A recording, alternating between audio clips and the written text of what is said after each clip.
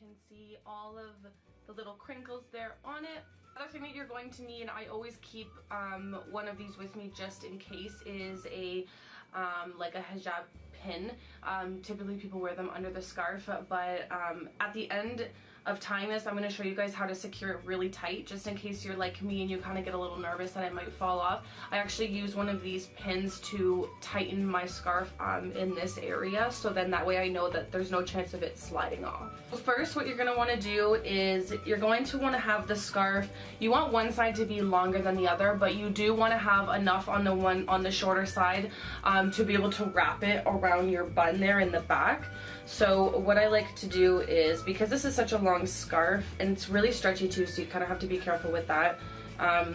Typically, you guys can't even see really what I'm doing here, but I'll kind of give you guys an idea of how I do it.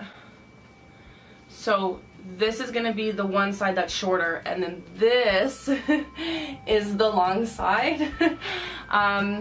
So what I do, if I'm not wearing an underneath or an under piece, I fold it down just to make it a little bit thicker there, and then this side I don't really care about, so I just kind of tuck it under my arm to keep it tight. And then what you're going to want to do is you're going to spin this side as much as you can. You don't want it to be too tight though, because it'll start to do this with it. You don't want that to happen. So I curl it as much as I can all the way down. It's not going to stay curled the entire time you do it. You're still going to have to curl a little bit while moving it, but this just makes it a little bit easier. Now, a common mistake that I made when first tying the turban was going up. And when you go up, this actually is going to bring this whole piece up as well, which makes it a little bit more difficult.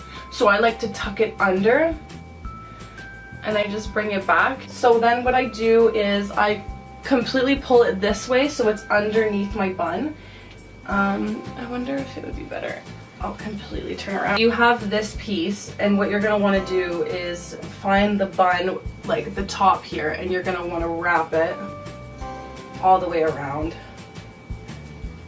Like I said, it's not going to stay completely spun, so you do have to turn it, and then I just keep turning it around. It's going to look a little weird at first, but once you wear it enough times, you do get the hang of it. And some pieces aren't going to be long enough to spin, so you'll just tuck them in. That's what I do. So then I try to pull it as tight so I can bring it all the way around, and then I just tuck it. I hope you guys can see this. So I just tuck it there. So you can see that the bun is in the middle, and then everything is wrapped around it. The reason why I don't wear an is because it just gets pulled anyways and it just makes you sweat more, so that's why I don't wear an underpiece. As you can see, a little bit is hanging out here, so I'm going to try to cover that as much as I can. And then tuck in any extra pieces here. You've probably seen there was some pieces here that were in. I just tuck everything in. If you tie it tight enough, a lot of the times it will stay tucked, so typically that's not that big of an issue. So what you're going to do with the extra long side here, because now it's kind of just free, you want to make sure that it's a straight edge there, and then you're going to kind of cover your ear here and then throw it behind your back. And then I will show you guys. So you're going to bring it all the way underneath so that it's kind of hanging out on this end. Now this is kind of a weird step because I'm pretty OCD when it comes to the line when it crosses over.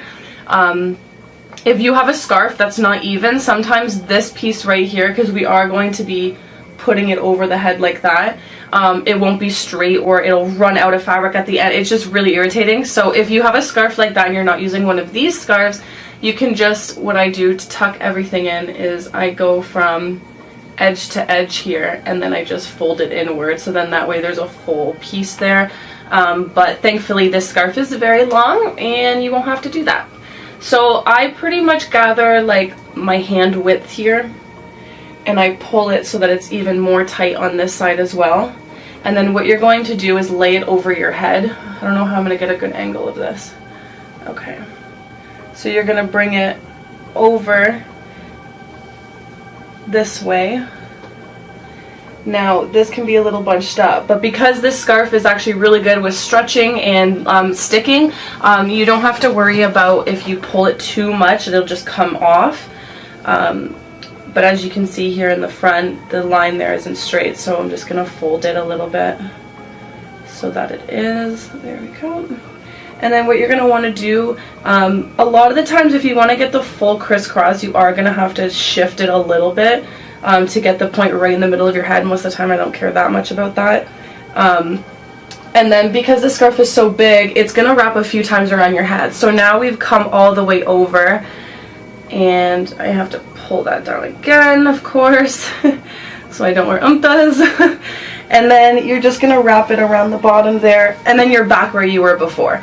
So pretty much you're just going to be doing a bunch of wrapping. Your main goal is to wrap it over this side and then continuously wrap so that it's covering this part of the actual, like your head. So what I'm going to do then, because now look at all the fabric I still have. Good thing I have a big head. So then, instead of going in the front again like I did, I'm going to try to move a little bit farther back now. And then as you can see, it's starting to cover this bun here.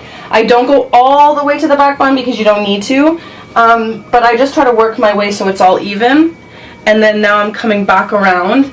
As you can see, this side is a little bit bigger. A lot of the times that can bother a lot of people, but if you just kind of shift everything and you move it around how you like, typically you don't end up with that. So this is going to be the last wrap around that I do, so I want to make sure that it's nice and tight, that way there's no issues. Okay, so now I am at this point and it's my last wrap, so I'm going to show you guys how I actually tuck it in so that of course this doesn't come raveling out. This is the last piece here, the last wrap that you do. Now this is why I recommended you spun this part really good and then wrap it extra tight, because you're going to actually tuck this piece into the back here. I hope you guys can see it. So I just find a really good piece that looks like it can hold a good amount of tear material and stay tight, and then I just tuck it.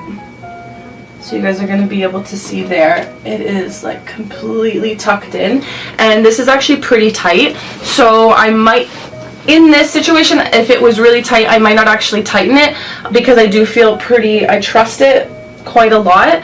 But if you guys are still feeling like it might be a little loose here and you might feel it comes off, so what I do is I take this pin, I'm going to have to spin around. Hopefully you guys can hear me, I'm talking a little bit louder now. So what I actually do here in the back is I take these two kind of material here. I probably won't be able to actually do it in this video because this is pretty tight, but I'll pull it, because then what happens is that piece that you're pulling is actually connecting to the front of your head.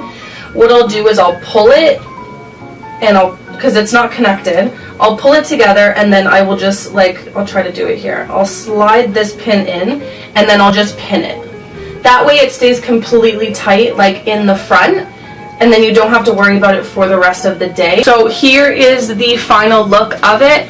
I mean, it took me a long time to actually figure out how to tie a turban, and I always thought that it looked really weird, but with a lot of practice I was able to figure it out, and I can typically tie a turban now within like 5 minutes or so, depending on the scarf. I do recommend staying away from the slippery scarves when doing this, because then you actually will need pins to pin it all in place.